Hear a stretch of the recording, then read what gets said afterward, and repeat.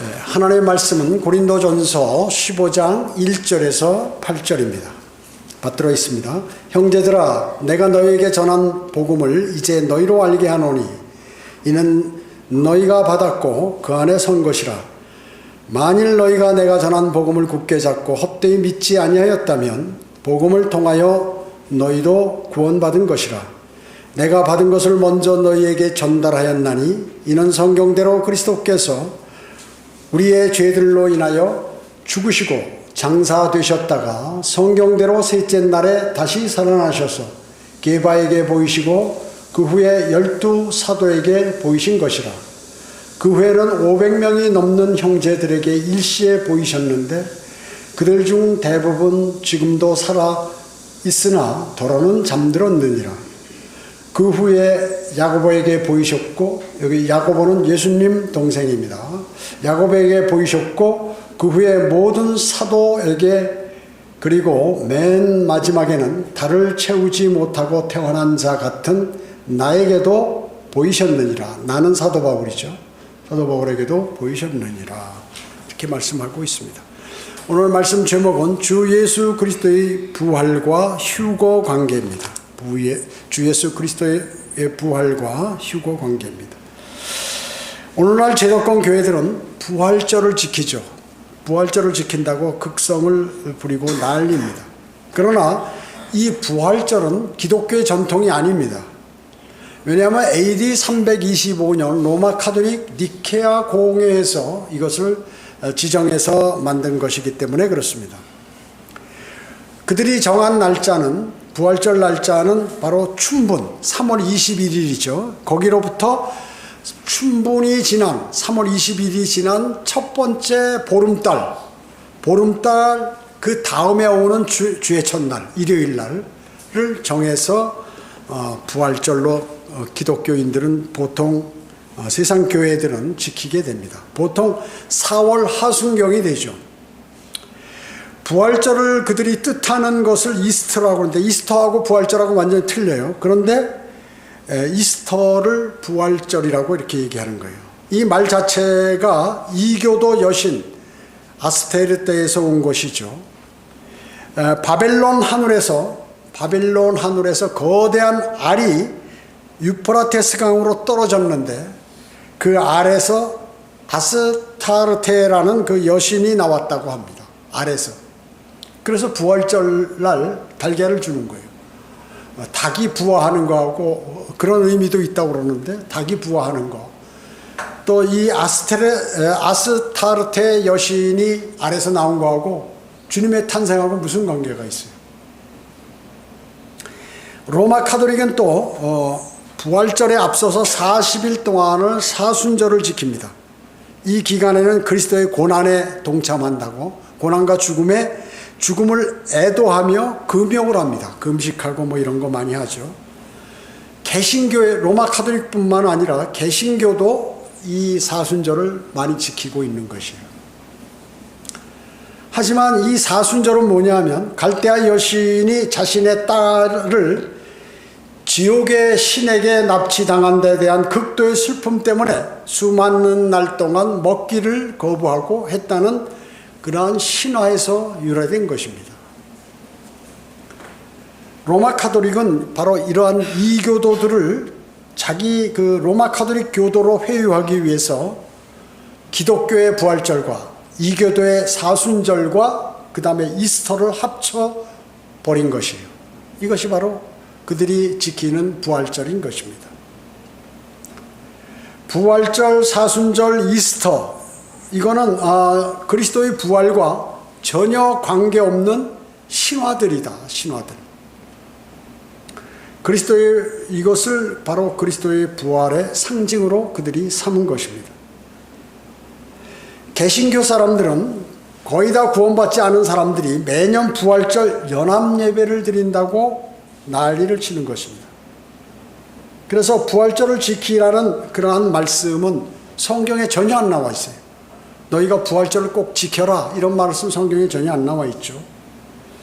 부활절은 그래서 우상을 숭배하도록 하는 마귀의 계략입니다. 부활절을 지키기.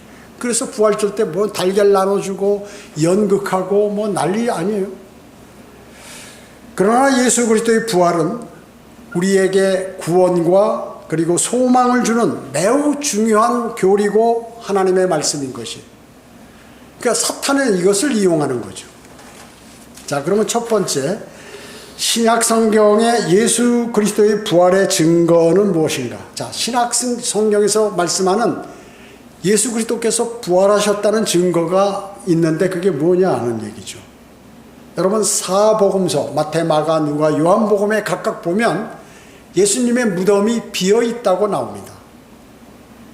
자, 그냥 일반 무덤이 아니라 로마 병정들이 거길 철저하게 지켰어요.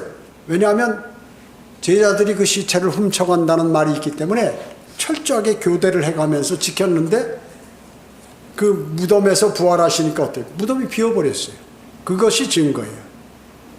그뿐만 아니라 부활하신 예수님께서 유령처럼 한두 사람에게 살짝 나타난 것이 아니라 예수님 제자들에게 13번이나 나타나셨어요. 그리고 막달라 마리아를 포함한 여자 성도들에게도 나타나셨다. 그리고 오늘 본문에서 500명 이상이 동시에 봤다. 헛개비를 본 게 아니라 500명이 모두가 이렇게 동시에 목격했다 그 얘기죠. 그뿐만 아니라 제자들이 어때요? 겁쟁이 제자들이 변화가 됐어요. 그래가지고 목숨을 걸고 복음을 증거해서 순교당했다 그 얘기죠. 이걸 보면 그들이 부활하신 예수님과 교제하고 먹고 말씀을 듣고 이렇게 함으로 확신을 가진 거예요. 죽음이 두렵지 않았죠. 그전에는 무서워서 어디 돌아다니질 못했어요. 죽을까 봐. 그뿐만 아니라 사도 바울과 사도 요한이 직접 예수님으로부터 계시를 받았죠. 그래서 사도 바울이 받은 계시로 바울 서신을 기록했고 사도 요한이 받은 계시로 요한계시록을 기록했어요. 요한복음하고 요한 1, 2, 3, 4 마찬가지. 자, 흔히 논의되는 사실이 있거든요. 그건 뭐냐면 예수님은 로마 총독 빌라도 치하에서 십자가에 처형되셨다. 이거 성경에만 있는 게 아니라 세계 역사에도 기록이 되어 있다. 그러니까 빌라도라는 사람이 그 당시에 로마 총독으로 이스라엘을 통치했단 말이죠. 정확하게 나와 있거든요. 그때 십자가에 처형되셨다고 기록이 되어 있다는 그게 확실한 근거예요. 그 다음에 예수님의 제자들은 그분이 부활했다고 믿고 굳게 믿었죠. 그래서 부활하신 후에 주님을 보고 나서 만져보기도 하고 같이 먹기도 하고 설교도 듣고 이렇게 함으로써 그들이 어때요? 변화가 돼서 복음을 증거한 거예요. 그 다음에 예수님의 육신적인 형제들이 있잖아요. 자기 동생들, 남동생, 여동생들이 있었잖아요. 그들이 처음에 예수님을 믿지 않았어요. 그런데 부활하신 것을 보고 동생 야고보가 아주 절실한 그리스도인이 된 거죠. 그래서 예루살렘 교회를 대표하는 사람이 되었어요. 그뿐만 아니라 사도 바울도 어때요? 예수 그리스도를 믿는 사람을 감옥에 가두거나 사형시키는데 동의한 사람이에요. 그런데 이 사람이 그 예수 그리스도의 부활을 전파하는 그리스도인이 되어버렸다 그 얘기죠. 그게 증거예요. 부활하신 주님을 봤기 때문에.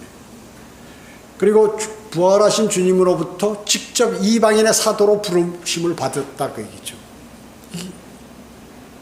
또 부활 이후에 제자들의 적극적인 변화입니다. 공포에 쌓였던 그들이 담대함을 가졌고 그리고 순교적인 증언을 했어요. 목숨을 걸고 증언을 했다. 주님을 증거했다. 그리고 아까도 말씀드렸지만 빈 무덤이 비어있다 하는 것이고 또 승천하실 때 갈릴리 사람들이 하늘로 올라가시는 장면을 모두가 봤어요. 많은 사람들이 봤어요. 뭐 갈릴리 모두는 아니지만 하여튼 많은 사람들이 갈릴리에서 이렇게 하늘로 승천하시는데 그것을 목격했다. 그뿐만 아니라 순교하는 스테판에게 보이셨고 판모섬에서 사도 요한에게 보이셨고 더욱 뚜렷한 증거는 사도 바울이었다. 사도 바울. 바울은 예수 그리스도를 믿는 사람들을 박해했던 사람이었고, 그리고 예수님의 죽음을 분명히 알고 있었어요. 그런데 예수님이 나타나셔서 자신에게 복음을 증거하시고 이렇게 그에게 사명을 맡기셨다는 거죠. 이방인의 사도로. 그는 다마스커스로 가는 도상에서 부활 승천하신 예수 그리스도를 직접 만나 뵙고 구원을 받았습니다. 그 후 바울은 예수 그리스도의 명령에 따라서 이방인의 사도가 되었습니다. 그의 삶은 아주 근본적인 삶의 변화가 생겨버린 것이죠. 그로 하여금 핍박과 고통을 당하게 만든 그 변화야말로 그리스도께서 죽은 자들로부터 살아나셨다는 것에 대한 아주 생생한 증거예요. 바울은 어때요? 자신의 구원은 온전히 주님의 은혜로 구원을 받았다는 것이죠. 그것을 누구보다도 잘 알고 있는 사람이고 또 성경에 기록을 했습니다. 주 예수 그리스도께서는 부활 승천하셔서 하나님 보좌 오른편에 앉아 계시죠. 현재 앉아 계시면서 우리의 기도를 중보하고 계시는 것입니다. 그래서 그동안 수천 년간, 약 2000년간 수많은 그리스도인들의 기도를 응답해 주셨어요. 역시 그것이 바로 주님이 살아계심을 입증하고 있는 것입니다. 두 번째, 부활을 믿지 않는 사람들입니다. 예수님 당시에는 누구였어요? 사두개인, 바리새인, 그리고 헤롯 당원, 로마 병정들, 제사장들, 장로들, 기타 많은 사람들이 예수 그리스도의 부활을 믿지 않았어요. 그 사람들은. 물론 그 가운데 극소수는 믿었습니다. 지금도 마찬가지예요. 기독교인들이 부활절 행사는 하지만 많은 기독교인들이 믿고 구원받지 못했고, 그리고 부활에 관한 확고한 믿음이 없어요. 또 기타 종교인들과 세상 사람들도 부활을 믿지 않습니다. 그러니까 수많은 사람들이 예수 그리스도의 부활을 믿지 않는 것이에요. 부활이 왜 중요합니까? 우리도 죽으면 부활할 수 있기 때문에 부활을 믿지 않는 것은 그거는 구원받지 못했다는 증거인 것이죠. 주 예수 그리스도의 부활을 믿지 않는 사람들은 그래서 구원받지 못한 사람들인 것입니다. 복음은 뭐예요? 바로 그의 죽으심, 예수 그리스도가 성경대로 죽으시고 장사되었다가 성경대로 셋째 날에 다시 살아나신 것, 이것이 복음이란 말이에요. 그것을 마음으로 믿고 입으로 고백했을 때 하나님의 영인 성령께서 내 안에 들어오셔서 그 사람의 죽은 영을 살리고 혼을 구원시키는 것이죠. 부활을 믿지 않는 세상에 학설들이 많이 있기 때문에 그렇습니다. 그 학설 가운데 하나는 도적설이에요. 도둑놈이 훔쳐갔다. 도적설. H.S. 라이마루스의 주장인데, 예수님 제자들이 예수님 시체를 훔쳐가고 부활했다고 한다. 그렇게 얘기하는 거예요. 아니, 로마 병정들이 무기를 가지고 교대로 철저하게 거기서 몇 명씩 교대로 다 지켰는데 경계가 삼엄한데 어떻게 훔쳐가냐고. 훔쳐갈 수 없어요. 또 하나 설이 있는데 가현설, 즉 환상설, 환상을 봤다 그 얘기죠. 19세기 D.F. 슈트라우스의 주장인데, 예수님을 사랑했던 여인들과 제자들이 선생님을 너무나 사랑했기 때문에 환상 가운데 그가 나타났다. 그것을 보고 부활했다고 믿는다. 이렇게 주장을 하는 것이에요. 왜냐하면 이 슈트라우스 자신이 대학 시절에 어떤 여인을 만났는데 그 여인을 보고 집에 돌아오면 그 사람 얼굴이 막 이렇게 보였다는 거죠. 환상이 보였다는 거예요. 그래서 아마 예수님 제자들도 예수님을 사랑했기 때문에 그렇게 환상이 보였을 것이다. 이런 거죠. 환상이 잠깐 보인 게 아니잖아요. 만져도 보고 같이 음식도 먹고 또 설교도 듣고 하나님 나라에 전파하시는 그것을 듣고 다 이렇게 했단 말이죠. 또 제자들만 그런 게 아니라 500명 이상이 봤고 또 많은 여인들이 봤고 같이 대화했고 이렇게 했는데 무슨 뭐 환상이냐. 환상이 아니다. 그 다음에 또 다른 설인데 기절. 19세기 독일에 파울루스라는 사람이 주장한 것인데 예수님께서 십자가에 못 박혀 있을 때 잠시 기절했다가 나중에 다시 깨어난 거다. 졸도. 죽은 것 같이 이렇게 보였는데 그 죽은 게 아니라 기절했다가 깨어난 것이다. 여러분 어때요? 기절하셨어요? 그 많은 피를 흘리고 마지막에 로마 병정이 예수님의 5번째 갈비뼈 아래를 푹 찔렀을 때 피가 팍 쏟아나고 물하고 완전히 죽었어요. 그래서 확인 사살을 했기 때문에 다리를 꺾지 않았어요. 원래 십자가에 달린 사람들은 다 다리 달린 후에 혹시 살을지도 모르기 때문에 다리를 꺾어버리거든요. 도망가지 못하게. 그래서 이제 시름시름 앓다가 죽는 거죠. 확인 사살까지 했다. 로마 병정이요. 또 조작설이 있어요. 한편의 드라마처럼 조작해서 꾸민 얘기다. 뭐 부인설, 그거는 부활 자체가 없다. 부활이라는 게 있을 수 없다. 사두개인들이요. 사두개인들. 자, 이런 세상에 여러 가지 이런 학설들이 있기 때문에 사람들은 그냥 그거 뭐 부활, 예수님 부활 하든 말든 그 아무런 관계도 없다고 이렇게 생각하는 거예요. 관심도 없어요, 사람들이. 기독교인들도 마찬가지고.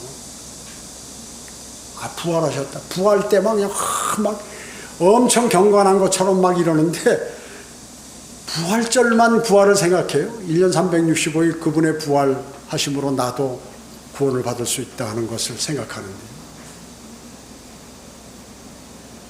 또 예수님께서 부활하셨지만 그의 제자들도 그 예수님께서 예언하셨어요. 내가 3일 만에 부활하겠다고 제자들에게. 근데 제자들에게 나타나니까 유령인 줄 알았어요.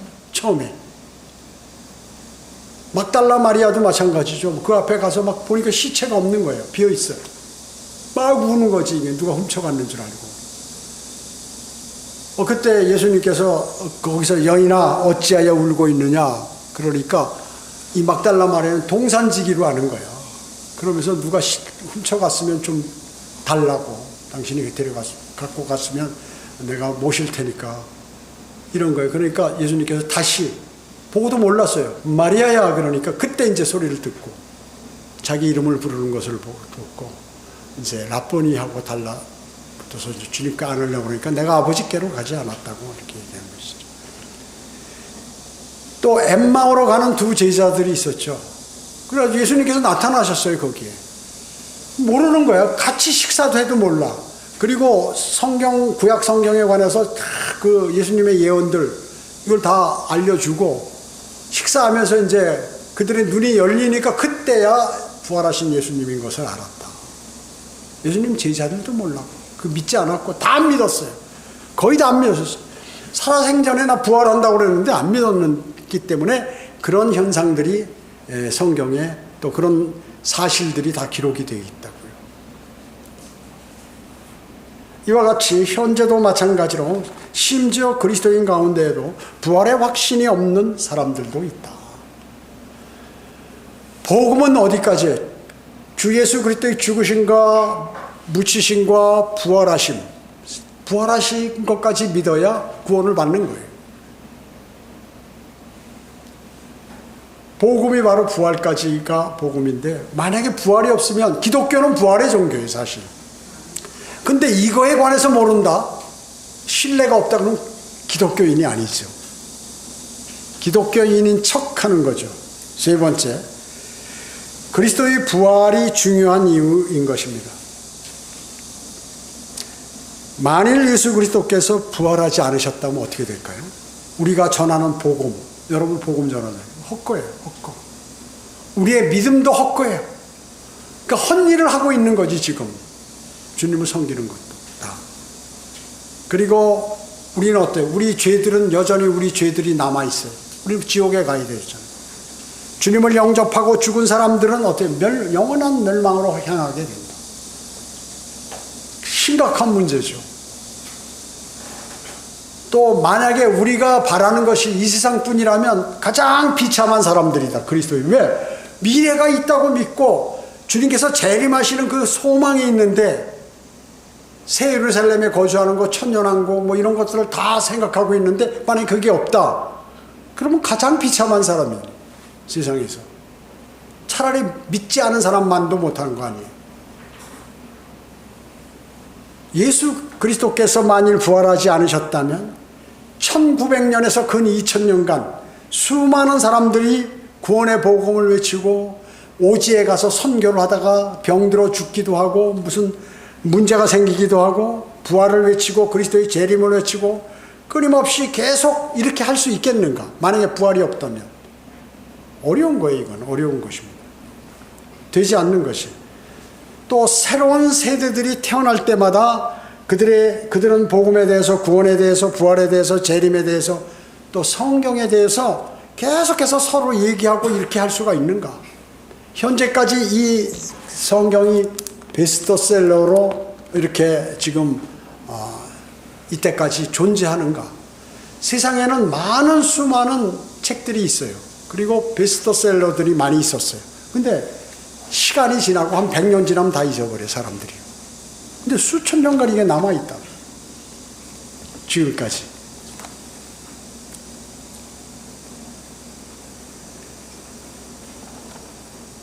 새로운 누군가가 분명히 살아계시지 않는다면 어떻게 이런 일이 가능하겠는가 하는 것입니다. 주님께서 살아계시지 아니한다면 한마디로 불가능하다. 이런 거는 불가능하다. 예수 그리스도께서 부활하신 것이 거짓이라면 바울은 어때? 사도 바울 거짓말쟁이죠. 사기꾼이죠. 모든 사람들이 거짓말쟁이들이었다 그 얘기죠. 그 다음에 믿음의 선진들이 다 지금까지 복음을 전파한 모든 사람들이 역시 거짓말쟁이였을 것이다. 더 큰 문제가 있어요. 그것은 바로 우리가 육신으로부터 벗어날 수 없고 영적 할례도 받지 못하고 죽을 수밖에 없고 죽어서는 불과 유황이 타는 지옥으로 갈 수밖에 없는 것이다 하는 것이죠. 그리고 그분을 믿다가 죽은 사람, 고난과 박해를 받고 믿다가 죽은 사람들은 그럼 뭐예요? 그 사람들은 그들과 만난다는 것은 헛된 망상이다. 믿음의 선지들과 하늘나라에서 만난다는 것은 헛된 망상이 될 것이죠. 그러나 예수 그리스도께서 다시 살아나심으로 죽은 사람들로부터 부활할 수 있다는 것을 증명하셨어요. 너희도 그렇게 된다. 너희도 그렇게 부활한다. 죽으면. 살아서 주님께서 부르시면 들림받는다. 바로 변화돼서.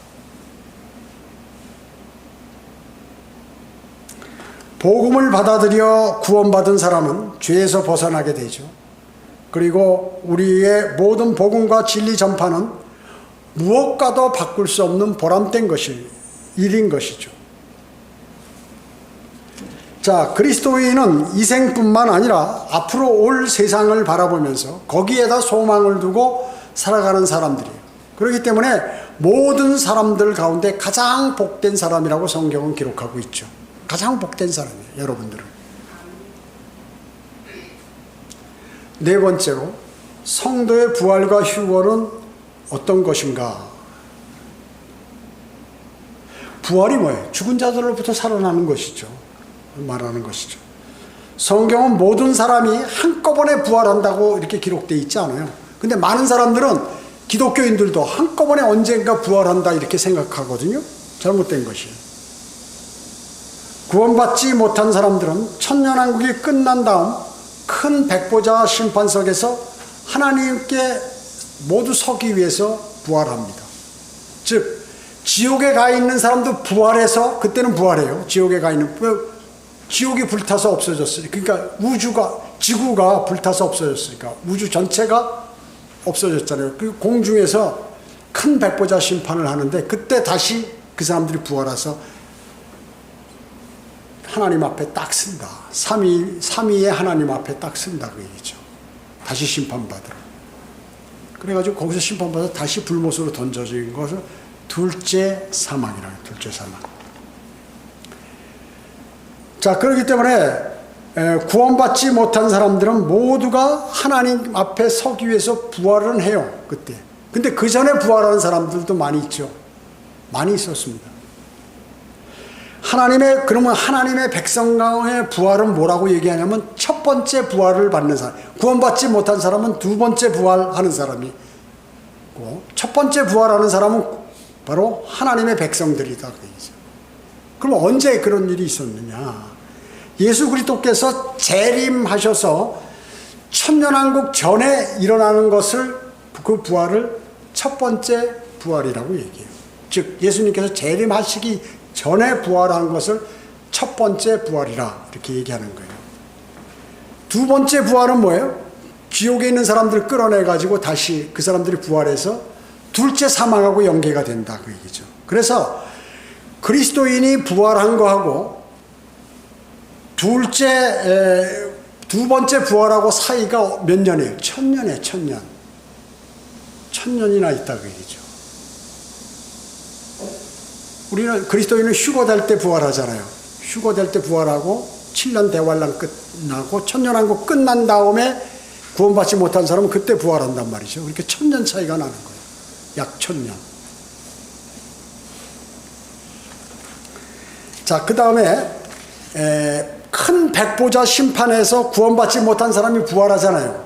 그건 뭐냐면 모두 이제 사람들이 부활하잖아요.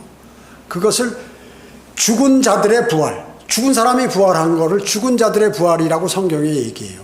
그러면 첫 번째 부활한 사람들이 있잖아요. 우리 그리스도인을 포함해서 이제 예수님 부활하실 때 부활한 유대인들, 그 다음에 그리스도인들, 그 다음에 환난 성도들, 모두 이걸 첫 번째 부활이라고 그러는데, 그 사람들, 첫 번째 부활이라는 사람들이란 말이에요. 첫 번째 부활이라는 사람들인데, 이 사람들은 구원받은 사람들. 이 사람들을 뭐라고 얘기하냐면 죽은 자들로부터의 부활. 다시 한번 얘기합니다. 죽은 자들의 부활. 죽은 사람이 부활하는 거, 이거는 큰 백보자 심판에서 그 구원받지 못한 사람의 부활을 얘기하는 거. 죽은 자들의 부활. 죽은 자들로부터의 부활은 뭐냐면, 자, 다 죽었어요. 구원받지 못한 사람도 죽고 구원받은 사람도 죽었어요. 그런데 구원받은 사람은 먼저 부활하잖아요. 그러니까 죽은 자들이 여럿이 있는데 죽은 자들로부터 요 사람들만 부활한 것을 죽은 자들로부터의 부활이라고, 성경의 용어가 틀려. 그리고 이 사람들이, 구원받지 못한 사람이 큰 백보자 심판에서 부활하는 건 죽은 자들의 부활, 죽은 자들이 마지막 부활하는 것, 죽은 자들의 부활이라고 얘기합니다.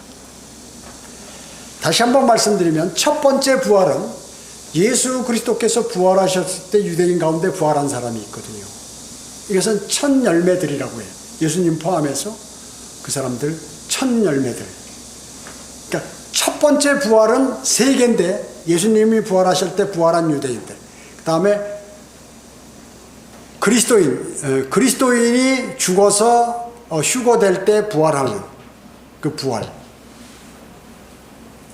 부활이에요. 그 다음에 7년 대환란이 끝날 때쯤 죽은 환난 성도들이 부활하는 거. 부활은 3번이라고. 이 3개를 묶어서 첫 번째 부활이라고. 두 번째 부활은 뭐라고 그랬어요? 구원받지 못한 지옥에 있는 사람들이 그 부활하는 거. 그러니까 여러분들은 두 번째 부활은 없죠. 첫 번째 부활만 있는 거죠. 한번 부활하면 그걸로 끝이에요. 자, 그리고 예수님이 부활하셨을 때 부활한 사람들은 뭐냐면 첫 열매라고 하잖아요. 그 다음에 우리 그리스도인들이 부활하는 거는, 부활하고 휴거되는 것은 뭐예요? 추수. 본격적으로 이제 올라가는 거예요. 수확한다, 그 얘기죠. 환난 성도들이 부활과 휴거는 뭐예요? 이거는 이제 이삭죽기. 예. 다 추수를 마치고 떨어져 있는 거 마지막에 이제 다 주워가는, 하늘로 올려가는, 부활시키고 휴거시키는 그러한 것들이에요. 성경에서 이렇게 세 개로 구분이 되어 있다는 것입니다. 그러니까 예수 그리스도의 부활이 모든 그 믿는 사람들의 부활과 휴거와 다 관계가 된다. 만약에 이게 없다면 이런 게 있을 수가 없는 거죠. 그렇기 때문에 성경은 이리 올라오라라는 그러한 말씀이 3번 나옵니다. 성경 전체에서. 구약에 한 번, 요한계시록에 2번 나와요.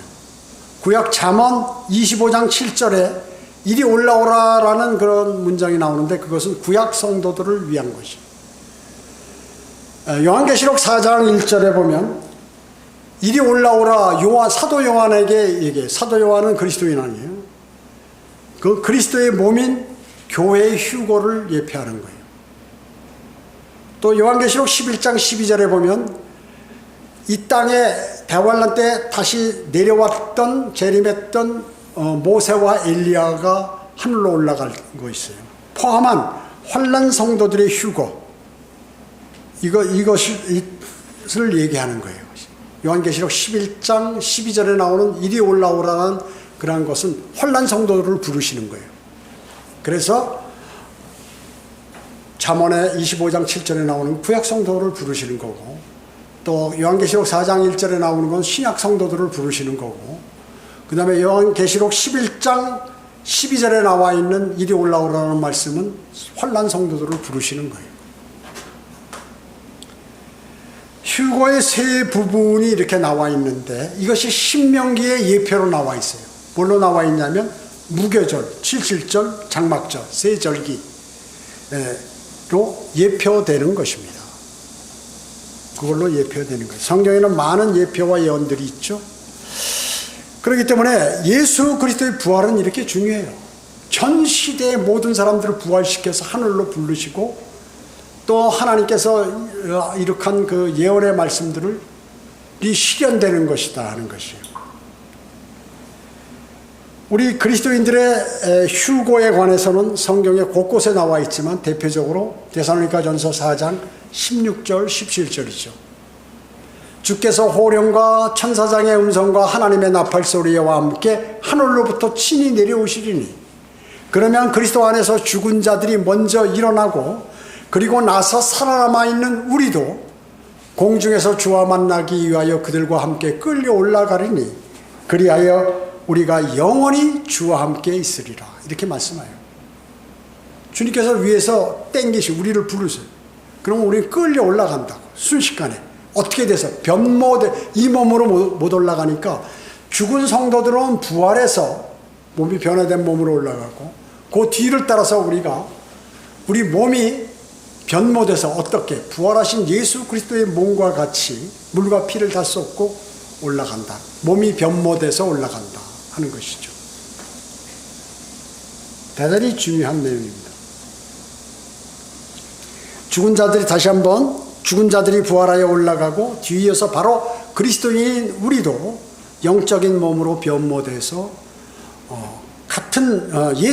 부활하신 예수 그리스도와 같은 몸으로 변모돼서 올라간다. 끌려 올라간다 하는 것입니다. 로마서 6장 5절에는 그분의 부활하신 모양과 같이 되리라. 우리가 그분이 부활하신 모양과 같이 되어서 올라간다 그 얘기죠. 로마서 8장 29절에는 자기 아들의 형상과 일치하게 하시겠다고 말씀하셨습니다. 예수 그리스도의 형상과 우리를 일치시킨다.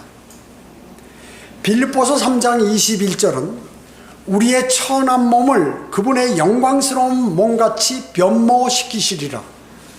그 예수 그리스도의 영광스러운 몸이 언제예요? 뭐예요? 부활하신 몸.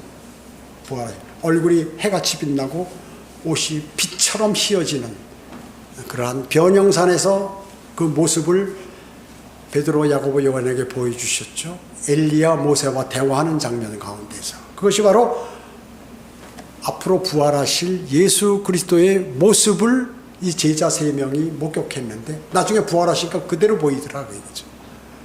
여러분도 그런 몸으로 변모돼서 올라간다. 올라간다는 것이에요. 이 몸 갖고 못 올라가는 거죠. 그렇기 때문에 부활을 믿지 않는 사람은 그리스도인이 아니에요. 사실은 아니죠. 거기뿐만 아니에요. 요한 1서 3장 2절에 보면 그가 나타나시면 그가 누구예요? 예수 그리스도께서 재림하시면 나타나시면 우리가 그와 같이 되리라는 것을 아노니 우리가 예수님과 같이 되는 것을 우리가 안다. 이는 우리가 그분 그대로 그분을 볼 것이기 때문이라. 예수님 모양을 똑같이 하고 예수님을 본다 우리가. 그래서 구원받은 모든 그리스도인들은 들림받을 때 있게 될 영적인 몸은 예수님께서 부활하실 때 나이가 얼마예요? 33살. 정확히 얘기하면 33살 반이에요. 33살에 그 남성이셨던 예수 그리스도의 모습을 하고 있을 것이다. 그 얘기죠. 여러분이 부활하거나 들림받을 때 바로 이 모습이다. 남자는 더 이상 남자의 속성을 갖지 않아요. 여자도 더 이상 여자의 속성을 갖지 않을 것이에요. 그저 그냥 33살의 남성의 모습을 가진 그리스도의 형상으로 바뀌어버린다. 그 그리스도의 형상과 일치된다는 것이. 그러면 다 똑같은데 이게 어떤 게 아무개 형제요 아무개 자매인지 어떻게 아느냐. 다 지각 능력, 예수님의 지각 능력이 있기 때문에 누가 누구인지를 서로 안다 하는 것이에요. 알아볼 수 있는 것이에요. 자, 예수 그리스도께서 부활하셨을 때 피는 말씀 안 하셨어요. 다 그 상흔이 있는 상태에서 제자들에게 나타나셨어요. 그 도마 보고 의심하니까 넣어보라고 그랬잖아요. 여기 옆구리에도 손을 넣어봐라. 그 도마가 그렇게 얘기했어요. 예수님이 안 계실 때 제자들 보고 나는 내가 직접 보고 손을 넣어보기 전에는 안 믿겠다. 그러니까 예수님께서 거기 안 계셨는데 다 아는 거예요. 그거를. 그 도마 보고 한번 넣어봐라 그런 거예요. 그 도마가 얼마나 놀랐겠어요. 하나님이라고 그때 이제 고백을 하죠. 고백을 하는 것입니다. 그와 같이 살과 뼈는 있지만 피는 없다. 그러죠. 그래서 부활할 때 몸은 피는 왜 그래요? 피는 썩기 때문에. 피가 있으면 들림받지 못해요. 영원히 살지 못해요. 썩어버리니까 피는. 여러분 피 흘려보세요. 피 흘리면 금방 냄새나 버리고 썩어버리잖아요. 그 영원한 생명을 얻을 수 없어요. 피. 그게 언제 들어온 거예요 사실은? 그 포도 열매를 먹을 때 이브와 아담이 먹을 때 빗속으로 들어와가지고 이상한 순환체계가 돼버린 것이에요. 그걸 다 이제 빼버려요. 그때 거를 다 빼버려야죠. 그래서 여러분들은 이제 다시는 죽음 없는 몸, 썩지 않아요. 그 몸은 썩지 않습니다. 초능력을 가진 몸, 그리고 벽도 통과하고 가고 싶은 곳으로 즉시 멋대로 갈 수 있는 몸, 그걸로 바뀌는 거예요. 천사와 같은 몸으로. 또 굶주리거나 목마르거나 고통이 없는 몸. 지금 우리 어디 가면 말이죠. 물 안 먹으면 막 목마르고 사람이 본능 가운데 갈증, 이게 물 안 먹으면 어떻게 해요? 죽죠. 사람 죽습니다. 그렇기 때문에 굶주리거나 그래서 금식하는 사람들은 물은 먹잖아요. 물 안 먹으면 일주일 물 안 먹으면 죽어요. 사람이 거의. 우리 몸은 거의 사람마다 다 틀리지만 60%부터 80%까지 70%, 60% 이상 심지어 80%까지 거의 물이란 말이죠. 물 빼면 이 정도밖에 안 남겠죠. 사람이. 세포 사이에 다 물이 들어가 있으니까요. 그 물을 충분히 공급받아야 돼요. 그 삼투압을 유지하기 위해서는 우리가 하나님께서 만들어 놓으신 자연품 소금을 먹어야 된다. 소금이 적절하게. 그래서 땀 많이 흘리고 맹물만 많이 먹으면 어떻게 해요? 현기증 나서 쓰러지게 돼요. 심각해요. 잘못하면. 적절한 짠물을 먹어야 돼요. 스포츠 드링크. 그래서 거기에 뭐가 들어가 있어요? 소금과 설탕, 당분이 들어가 있어요.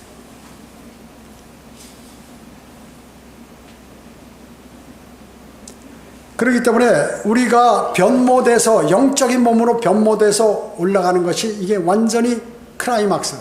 성도의 절정, 성도의 소망의 절정이다. 그 뒤로부터 완전히 바뀌는 거죠. 세상이 완전히 바뀌는 거예요. 인간이 그렇게 바라던 세상으로 바뀌는 것이에요. 여러분 지금 세상 사는데 뭔가 안 맞죠? 자녀 간에도 부모하고 안 맞죠? 남편 아내 가운데 딱 맞고 너무나 상쾌하고 이런 거 없어요. 다른 사람 교회에 나와도 성도들하고도 그렇게 딱 맞지 않아. 다. 그리고 뭐 하면 질병하고 갑갑하고 답답하고 뭐 어디가 있고 어떤 사람은 다리가 아프고 어떤 사람은 귀가 나쁘고 어떤 사람은 눈이 나쁘고 어떤 사람은 뭐 위장이 나쁘고 어떤 사람은 무슨 심장이 나쁘고 뭐 참 뭔가 이게 뭔가 이상이 있는 거예요. 전부 답답하고 뭐 일이 잘 안 풀리는 것 같고 괴롭고 뭐 나가면 깔깔깔깔대고 웃고 너무 기쁘고 이런 일보다는 화나고 슬프고 뭔가 안 좋고 심각한 문제들이 많이 쌓여요. 이게 마귀가 그렇게 해놓은 거예요. 이 세상에 죄를 뿌려놨기 때문에. 이게 다 없어진다는 거죠. 상쾌하게. 너무 좋잖아요. 하나님은 거짓말 하실 수 없는 분이에요. 성경의 예언은 100% 성취됐어요. 여기서 나오는 미래의 내용도 100% 이루어지는 것이에요. 그분은. 그 진리이기 때문에 수천 년간 살아남을 수 있었어요. 지금까지. 최고의 베스트셀러예요. 현재까지도. 가장 많이 팔리고 있는 것이. 물론 변경된 성경도 많이 있지만. 그리고 그 중에서도 킹제임스 성경, 영어 킹제임스 성경이 최고로 많이 팔렸다. 세계 최고의 판매고를 올린 게 킹제임스 성경. 그러니까 이 가짜들도 성경, 너도 나도 성경 번역한다고 달라붙어서 난리.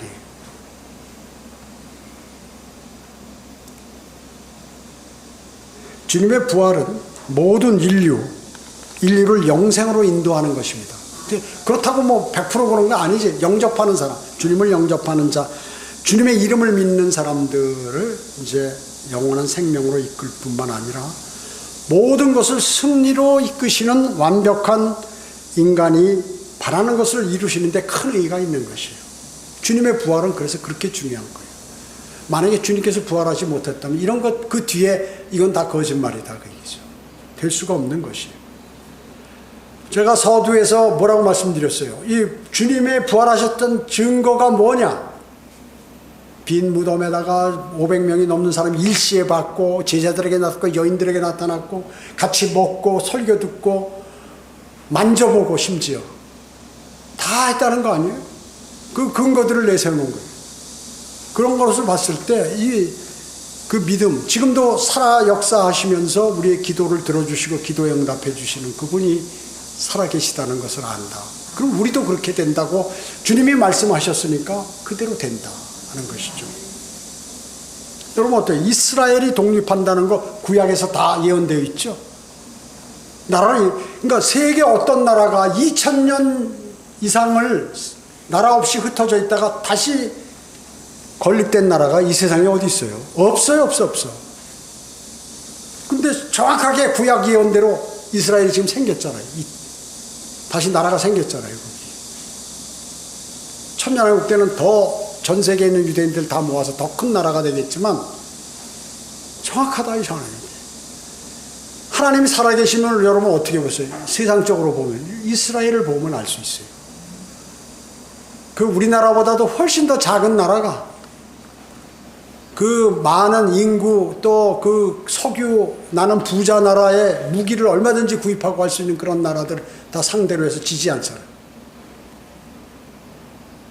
그들이 아직 예수 그리스도를 영접하지 못해서 대환란을 당하지만 여전히 주님은 딱 생각하고 계시다고요.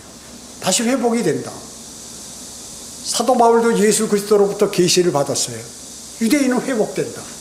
그런데 어떻게 로마 카톨릭이나 개신교들은 회복 안 된다. 그 유대인들의 그 복이 또 모든 혜택이 우리에게 넘어왔다. 구원은 로마 카톨릭만 있다. 이렇게 얘기하는 거예요. 신천지는 우리에게만 있다. 그렇게 거기 12지파 만들었잖아요. 새로운 12지파. 그리고 또 어때요? 은사주의, 신사도 만들어서 우리다. 여호와의 증인은 또 우리다. 전부 우리예요. 성경을 모르는 사람이에요. 여러분 성경을 제시해서 사도 바울이 얘기한 거 알려주셔야 하는 거죠. 다시 그들은 회복이 된다. 이스라엘 회복. 그래서 이스라엘의 그 예루살렘의 화평을 위해서 여러분 기도하셔야 돼요. 그래야 복 받는 것입니다. 그러니까 인간이 생각한 판단 이거 갖고 절대 하지 마세요. 지금 세상 나라들은 누굴 욕해요?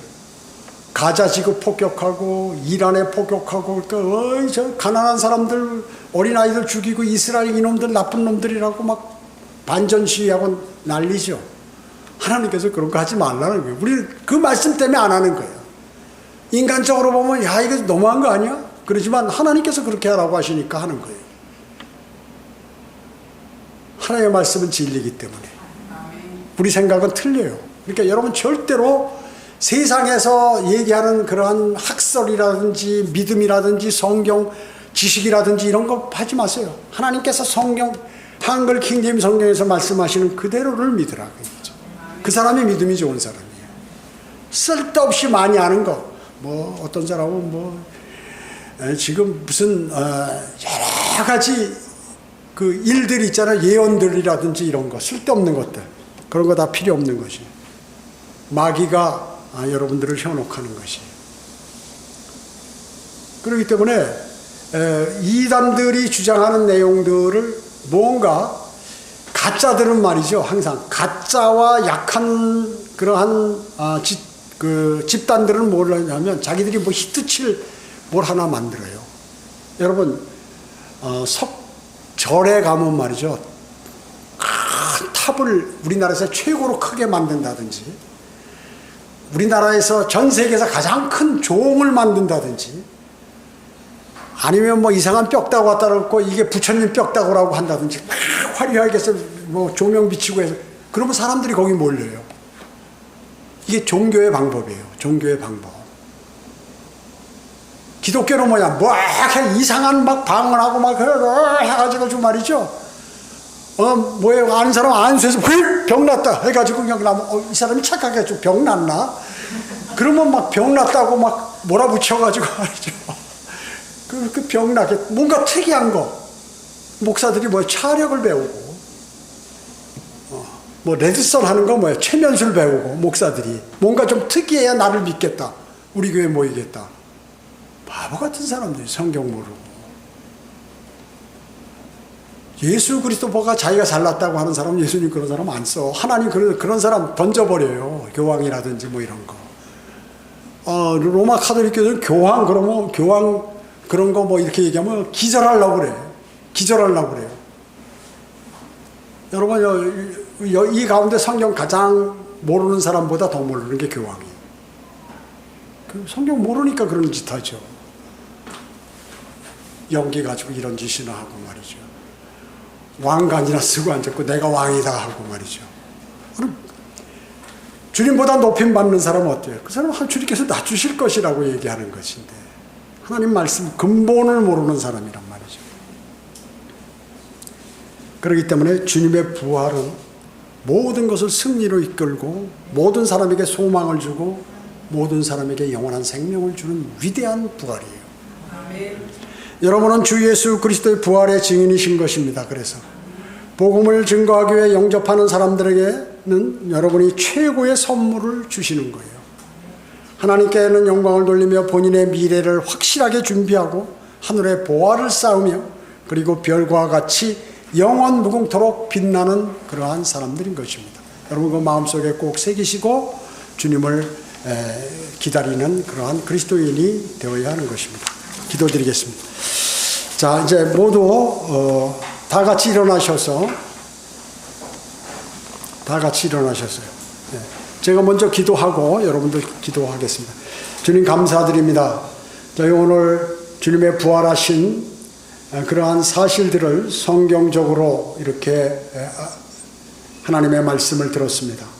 마음에 새기고 신뢰하며 오실 주님 또 저희를 부르실 주님을 고대하는 그리스도인의 삶을 살도록 주님 인도해 주시기 바랍니다. 은혜 감사드리오며 다시 오셔서 저희를 데려가실 주 예수 그리스도의 이름으로 기도드립니다. 아멘. 여러분 다 같이